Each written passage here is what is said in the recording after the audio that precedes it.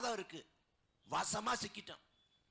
இதுவரைக்கும் திமுகவோட ஆட்சியை பார்த்தோம், மோசமான ஆட்சியை. அதிமுகவோட மோசமான ஆட்சியை பார்த்தோம்.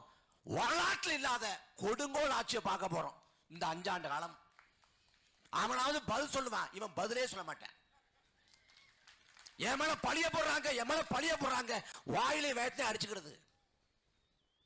அன்பு சொந்தங்களே, தாவே காங்கிற கட்சி தொடங்கப்பட்டு இதுவரைக்கும் 55 உயிருக்கு மேல காவு வாங்கிட்டான். கரூர்ல 41 பேர் சாகிறதுக்கு காரணமே தாவே காங்கிற கட்சி. நீ வழக்க போடு, மயில போடு, விஜய் தாண்டா காரணம். 41 பேர் செத்து விழுந்ததுக்கு காரணம் தமிழ்நாட்டின் முதலமைச்சர் இருக்கக்கூடிய விஜய். அதற்கு பொறுப்பேற்றாரா? நான் இந்த மரணங்களுக்கு பொறுப்பேற்கிறேன், அந்த விபத்து என்னால் நடந்துருச்சு, நான் பொறுப்பேற்றுக் கொள்றேன் அப்படின்னு பேசினாரா? கடைசி வரை அந்த மரணங்களுக்கு பொறுப்பேற்கல. இறந்து போயிட்டான், செய்தி வருது 30 பேர் இறந்து போயிட்டாங்கன்ட்டு. என்ன பண்ண ஒரு தலைவன்?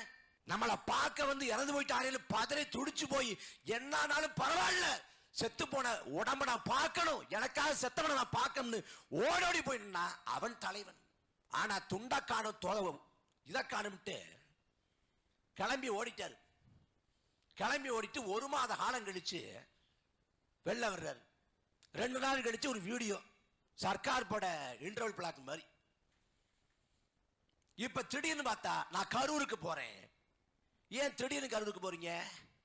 ஆட்சிக்கு வந்து 1 வாரத்தில் போயிருக்கலாம், 10 நாள்ல போயிருக்கலாம், இப்ப ஏன் போறீங்க? அந்த 41 பேரோட குடும்பத்தாருக்கும் அரசு வேலை தர்றேன், ஏன் முதல் நாளே அறிவிக்க வேண்டியதானே? பதவி பிரமாணம் எடுத்த உடனே கையெழுத்த போட வேண்டியதானே? இப்ப ஏன் பண்றாரு? ஏன்னா கரூர்ல சட்டமன்ற உறுப்பினராக இருந்த அதிமுகவை சேர்ந்த எம்.ஆர். விஜயபாஸ்கர் இப்ப தாவேக வந்துட்டார். அங்க இடைத்தேர்தல் வரப்போகுது.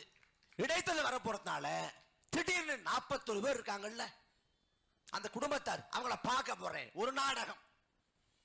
அன்பு சொந்தங்களே, நிர்வாக திறன் இல்லாத ஆட்கள்கிட்ட மட்டும் இல்ல, மனித தன்மையே இல்லாத ஆட்கள்கிட்ட நாடு சிக்கிருச்சு.